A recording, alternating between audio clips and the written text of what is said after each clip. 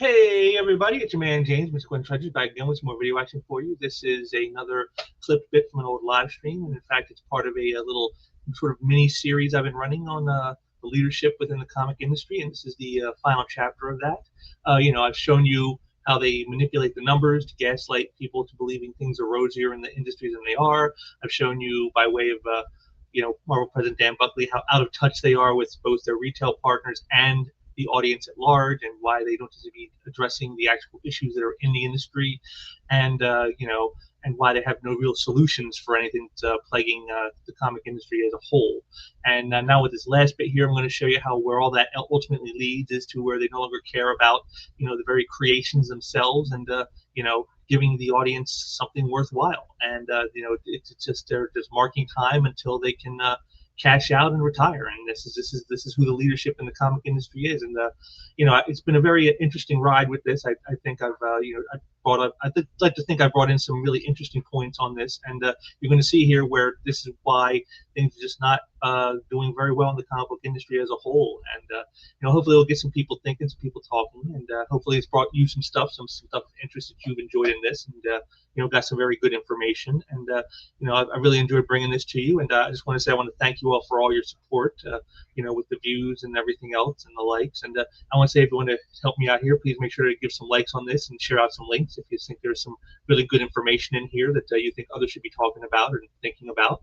And just keep up the support, and I appreciate all of it. And unlike people in the leading the comic industry right now, I actually care what my audience thinks. And so again, always drop down some comments if you got any comments on this or any of the others that I've done in the last week or so. Just drop some comments, because I always want to hear what you guys got to say. What you say always matters to me, unlike with the guys in the comic industry and who are running things. So be sure to do that too. And I will be back soon with some more stuff, some more new stuff. It's not all new, and that's not just partially, but completely new. And so I'm looking forward to bringing that to you. And so until next time, take care. Right here, and I tell you, Marvel's official timeline of its canon comic universe is maybe not as important as fans might think, says top editor. Marvel executive editor and dickhead moron Tom Brevoort tells fans who keep worrying about the timeline it's fiction, as if somehow that means that anybody who has a problem with what they're doing or how they're doing it is somehow just being superfluous. They're being frivolous. Who cares what you think? It's a fiction. But fiction, there has to be something that matters in fiction too. You have to have a standard when you're doing things. Even in fiction, it has to make sense, and that's what you're going to see here, how they really don't care. A few years ago, you talked about these characters' ages. So what would be the current age of the characters, considering there's at least 6 or 7 generations of New Mutants nowadays? I think it's trying to nail this stuff down that is almost always a mistake, answered Brevoort honestly, and one that just causes arguments among the fan base. So I think it's to be avoided. So there it is right there. Arguments. The fan base has always had arguments. Who's stronger, the Hulk or Thor? Who's the better fighter, Captain America or Batman?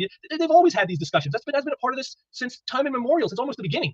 Who's the best? Who's the best hero? Who's the worst villain? It's all in there.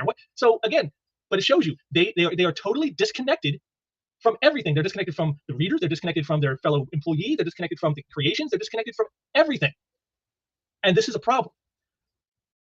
To be fair, causing arguments among the fan base is pretty much a given for any comic book decision, but we hear what you're saying, Tom. And to be fair, the editor did try to set these things straightish regarding some ages and rough timeline, claiming that the modern MCU started around 15 years ago from whenever the reader is coming in, give or take. So I just thought you said it didn't matter. So now why are you trying to lay down? Well, this is where the sliding rule. Well, then why are you worried about it, fat boy? What are you worried about, Tommy Tom? What are you worried about it for? You just said it doesn't matter. It's just fiction. Just stop worrying about it. It's to be avoided. That is to say, he continues, the Fantastic Four's origin has always happened about 15 years ago, regardless of what year it happened to be. Of the X-Men, Magneto is by far the oldest, almost double the age of anybody else, because his origin has been inextricably linked to a historical event, the concentration camps of World War II. With that out of the way, Brevoort dives into the real confusion behind character ages and really one of the biggest issues in modern superhero comic book storytelling. But what you're really asking, Brevoort concludes, is how can we possibly fit so many stories into such a limited space? And the answer is, it's fiction. So we can do whatever the hell we like, provided that the readership goes along with it. But that's just the point. The readership doesn't go along with it. That's your problem. It's been a problem for years. For years, they've said this. They told you, you're trashing the icons, you're ruining the stories, you're ruining the history, you're ruining the lore, you're ruining the canon. And all the time you're told, shut up, Nazis and bigots, we don't want your money. Shut up, we don't care what you think. And now it's, we can do whatever we want, so long as the readership's okay with it. When the hell did that ever happen? When have you shown that in the last 15 years? You've given a tinker's damn about anything the readers think. One of my first decrees of all my creative teams as we started things up right before was I want everything to take place in the here and now, as opposed to what? Going into the future or going into the past? I mean, well, if you're trying to bring the X-Men back into the real world from their Cocoon Age bullshit, then yeah, it would have to be in the here and now, wouldn't it? How stupid. And I want it to be digestible for ordinary people who haven't been following the books for a couple of years. Just basically, so if you're completely ignorant to everything we've done for the last decade, this is why we're doing it this way. So that meant momentarily sidelining any character who came from the future or from an alternate timeline or any of that stuff. Now, keep in mind what this is. Keep in mind what he says right here with this. Sidelining any characters who came from the future or from an alternate timeline or any of that other stuff. Of course, every rule comes with its exceptions. There was one character to whom Marvel gave a pass despite their complex history.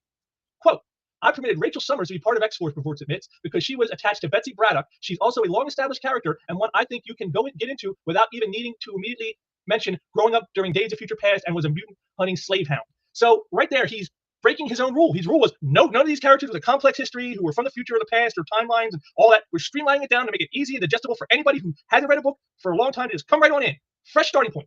Except, of course, for this one. And why is that? Well, if you knew anything about what's been going on in the last 10 years, you understand, oh, Rachel Summers, well, now she's a lesbian with Betsy Braddock. Yeah, the Betsy Braddock, the former Psylocke, who back in the 90s was eyeing up Cyclops. Yeah, that Betsy Braddock. She is now a lesbian, and so is Rachel Summers. And that is why, well, because we've got to have the lesbos in the book. We can't not have the lesbos. Oh, we'll sideline Cable, we'll sideline Bishop, despite that they're way more popular than Betsy Braddock or Rachel Summers ever will be. That doesn't matter that they're popular. It doesn't matter that people like those characters. It doesn't matter that that's what the readers want. They don't check the boxes. And since I have my rule now, well, they're out. But, oh, I'll make exceptions for my rule with the lesbo. Even when they're saying they're trying to streamline stuff, they still can't help but inject the agenda. And it just shows you they don't care. They don't care about continuity. They don't care about anything except their agendas and cashing out in the end. You know, Brevoort doesn't. If you look at the lineup he had for the new Out of the Ashes X-Men stories, the people he has working on these books, it's the equivalent of shifting the deck chairs on the fucking Titanic.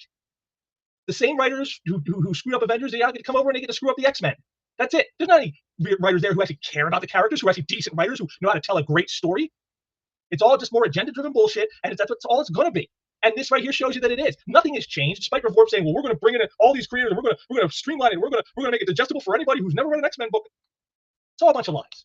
All a bunch of lies. Head of Marvel Comics saying the company and the entire ecosystem of comics publishers and stores that make up the direct market needs a reset is seismic and a judgment of the past, but also a forecast for a hopeful future. Yes, how hopeful when you have idiots like Tom Brevoort going around telling people that the canon and the lore and the history doesn't matter. It's just something to be avoided. It's just something that gets the fan base to argue. It doesn't really matter. Stop worrying about it. Yes, that's certainly a wait for a hopeful future. What kind of reset is Buckley, who's been Marvel's publisher for 19 years and started with the company way back in 1990, imagining? His core argument is that the pandemic led to the comic industry into a short-sighted survival mindset, something we can all relate to. But now the comic industry needs to refocus and plot a formidable way forward. What's short-sighted survival mindset? What's he talking about? I mean, they've been doing short-term survival mindset probably even since the 90s with gimmick covers. Remember those? Everywhere, every other issue with a gimmick cover. You know, so I mean, the short-sighted mindset has been something that's been comics as long as Buckley has been. You know, he said it back in 1980. Yeah, he's probably been since then. I mean, so hey, is he admitting he's the one responsible for the short-sightedness in Marvel? Is that what he's saying? We need to convey the fun that Stan and so many other creators and editors in this industry since have projected because it's infectious. Buckley promised, mentioning that Marvel will refocus its efforts on stories that matter to the larger Marvel universe and readers alike. As part of that new focus, the publisher has reestablished its editorial summits to ensure that creators and editors can help get on the same page and strengthen upcoming storylines. So on top of this, now they're admitting that for years now, the left hand doesn't know what the right hand was doing and didn't really care. That's what that says. You know, we've all said many times in all this for like the last several years, where the hell are the editors with this stuff? Why are the writers and artists doing these things that are so antithetical to the characters, so antithetical to what the fan base and the reader base wants? But where are the editors to stop this stuff? Where are they to put on the brake and say, whoa, you can't do that? And now here he admits, oh yeah, you know, we're going to reestablish editorial summit meetings between the creators and the editors, which hasn't been going on since probably even before the pandemic. So, you know, there it is. They don't care. You know, and again, this is all just words about, oh, we're going to do this and we're going to do that. Except, do you think they really are? Do you think these summit meetings are going to change anything? Do you think they're going to be, oh, well, they're going to create some great stories like they used to, like DC when they had the Bat Summits and they created Bane and Nightfall and all that stuff? That's not going to happen. Oh, they're going to keep the price at $3.99. Well, except for those rare exceptions, which we're going to make the exception every other issue. This is what they're doing. They don't care. They're going to keep doubling and tripling down on what they've been doing, hiding it behind a veil of, well, we're going to try to refocus and readjust to the new market. And it's all going to be the same old bullshit. Over a year ago, we realized that we were unsure of where we actually were from an industry and company perspective. Yes, we know our sales numbers, but we needed context to actually set a meaningful course forward. Working with a team here at Comics Pro and others, we've been committing to finding better ways for all of us to continue improving and standardizing the access to data again. These are ongoing conversations that will take some time, but I'm confident that as a group, we will be able to pull together data, and we need that data we need from the short and long term to help make the right impact for everyone in this room, meaning the retailers, which is all a bunch of bullshit. It's just a bunch of double talk telling them, yeah, we're going to try to give you the numbers again because we know we've been hiding them for a while, and you guys don't really know what we're selling, and we don't really know what you're selling, and nobody knows what anyone else is selling, and so we don't really know what's selling and what isn't. So we're going to try to work it. We're going to have discussions about trying to get something together and make that data available. Yeah. But we all know why we haven't had that data for a while. And it has nothing to do with, well, it's been disorganized. I mean, which I'm sure it has been, but that's not the reason why. The reason why is they want to hide those numbers. They've been hiding those numbers for years now. Why? Because they're not good. And you notice, he said in here, these are ongoing conversations that will take some time. Translation, yeah, you're not going to get that data anytime soon. So what the hell are you talking about, Dan? What are you even telling them? Well, we're gonna work together. I'm confident as a group we can pull together the data. Well, but then if you can pull it together, if you're so confident, what's all these conversations for? They're going to take all this time. Everybody knows what their own numbers are, right? DC knows theirs, and Dark Horse knows theirs, and IDW knows theirs. Just tell them, give up the numbers. Here, we're going to create this organization here, the Comic Data Organization, and everybody submits their numbers. And then they can put that information out to the public. Real simple. There you go. I just solved the problem right there. But they won't do that because they know the truth. The truth of the matter is, and if they did that, it would show that, once again, we were right. We told them. We said, your sales are going to suck. It's doing all the stuff you've done. It's all going to hurt you in the end. It's going to hurt your bottom line. You're going to lose sales. And if the numbers got out and people saw what they really, really were, oh my God, could you imagine the tears? Again, all this stuff, Devort and Buckley and so many others, that's what they're doing. They're just burning out the clock till they can cash out. And then once they cash out, well, then they don't have to care anymore at all. They're only saying this now because they're still here and they're still in charge, for whatever that's worth. And so they feel, we got to say something. So here we'll make these future plans and these big promises, but conversations are going to take some time, but I'm confident that we'll pull it together. That's they all say. Oh yeah, we're going to streamline the X-Men and we're going to do all this and that and the other. But but none of this stuff really matters. I mean, it's all just fiction. We can do whatever the hell we want. It doesn't matter. Who cares if it goes against every precept that the characters are based on? So what? It's all just fiction. They can't help but show their true face. Stated Boom Studios founder and chairman Ross Ritchie, it's every entrepreneur's dream to launch a company, build it, and then sell it to the best. I'm excited to hand the reins of Boom over to the best and largest publisher in the world. Their focus on readers and retailer partnerships will build upon our work and help our creators achieve even more personal success. Personally, it's time for me to take some much-needed time off with my family and explore what's next. There you are, folks, right there. Ross Ritchie, add him to the list. You got Dan Buckley, Tom Brevoort, Jamie Rich, and now Ross Ritchie. Here's another one. Cashing out. He doesn't want to deal with this anymore. He's done. They've screwed everything up. The companies are too hard to manage. They've let all these activists in who destroyed the characters, destroyed the lore, driven away the readership. And rather than doing the hard work to bring all that back, just let me sell it off and get out of here. I'm selling off the company. I'm going to take my golden parachute and run. That's why I titled the stream, take the money and run, because that's exactly what they're doing. They're either running out the clock like Buckley, hoping to get the retirement before everything collapses, or they're selling out like Ross Ritchie here to say, here, take my money and run. This is what is happening. This is what is happening. Commission prices draw controversy. And this is from Comic Book Club News. So let's get into this. Here's the latest tempest in the teapot to hit the comic book internet. Jim Lee's commission prices. The comic book legend reportedly does a limited number of convention commissions per year, with prices starting at $1,000 for a simple headshot, ranging all the way up to $35,000 for multiple characters on a background that are not based on Lee's original art. While the commission rates were posted in April by his agent, they just went viral over the weekend when fans, and I use that term loosely, so you got, again, even in the media, got to attack the readers, railed against the charges, calling it beyond insulting and ridiculous, among other less reputable comments. Well, I'm of two minds of the whole thing. Just on a side note here, if Jim Lee can command $35,000 for a commission, well, then he should get it. If there are people willing to pay it, if his stature is such and his skills are such that he can command that money, I'm a total capitalist, and you should be able to do that. That's fine. Of course, I do question the timing of why he's doing it. I mean, we're certainly not in the best economic times that we've ever seen. So to do it now, when a lot of people are hurting, does smack a little bit of, as one person said, beyond insulting. I can understand why people would feel that way. I certainly wouldn't pay $35,000 for a commission from Jim Lee. I don't think he's worth that much. But again, if as long as you got people out there who are, and you can command it, then you should get it. But again, why now? Why is he doing it now? Well, because if you guys noticed, DC is doing horribly, and he's the one in charge. He's the chief creative officer at DC Comics.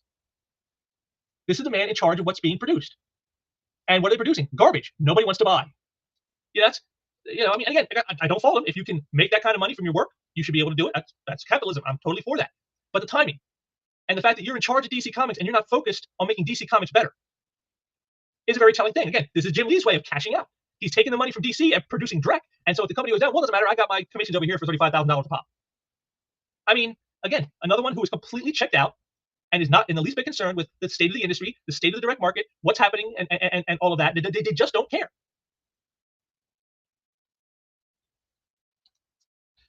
Meanwhile, most comic book creators came to Jim Lee's defense. Kevin McGuire knew that if he charged less, someone would sell it for more later. Well, that happens again. Speaking as someone who was once a comic art rep, let me tell you, if I had $1 for every time we sold something at a fair price from one of my artists, and somebody went and took and sold it for more, yeah, that happens. That's going to happen regardless.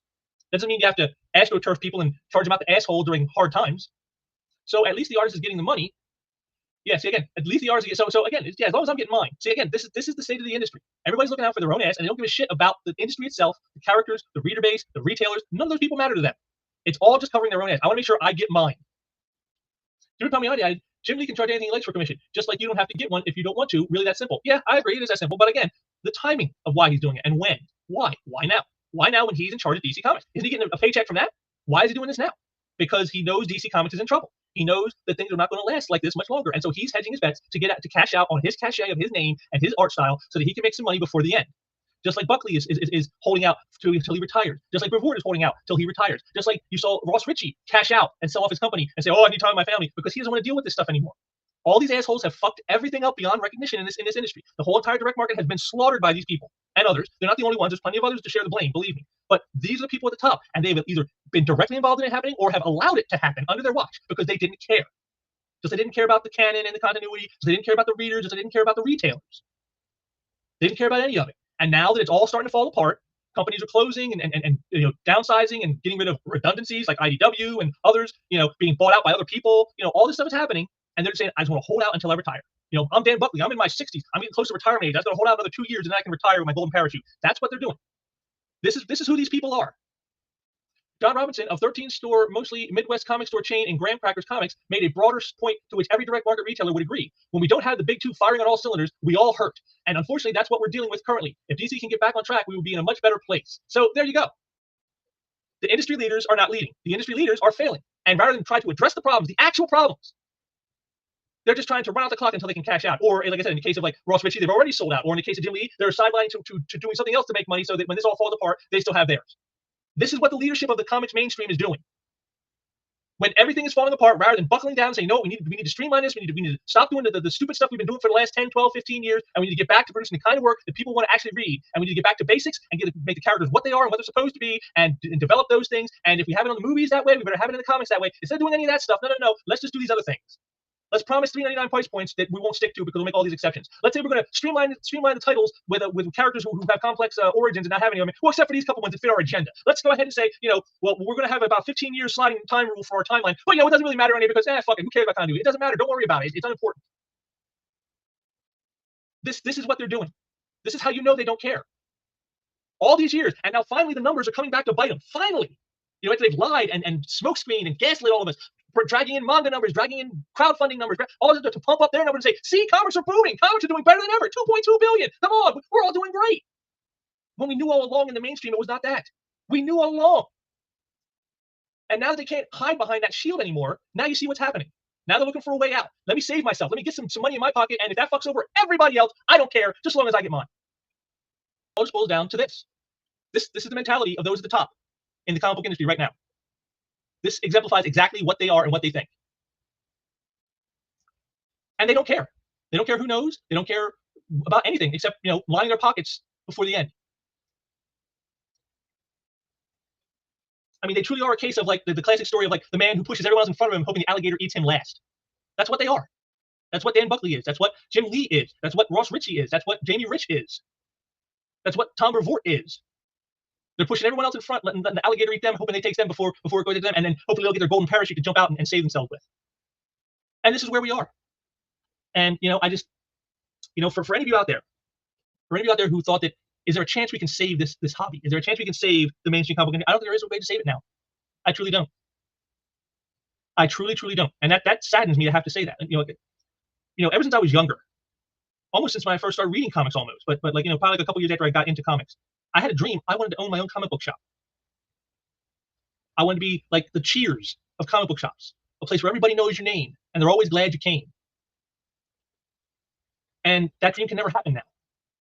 And it's because of the people you've seen here and many others like them. Again, like these people are not the exhaustive list that you've seen here today. But because of them, that dream is dead. They killed that dream, just like Alistair Campy killed Ed Piskor. And, I used to want to hope maybe we could try to find a way to salvage the mainstream industry, but now I'm at a point where I'm just thinking it just needs to die. We need to just let it die. because what's left to save? They've destroyed the characters, they've destroyed their legacies, they've destroyed the companies, and now they're just all looking to cash out before the final collapse. So what's to save?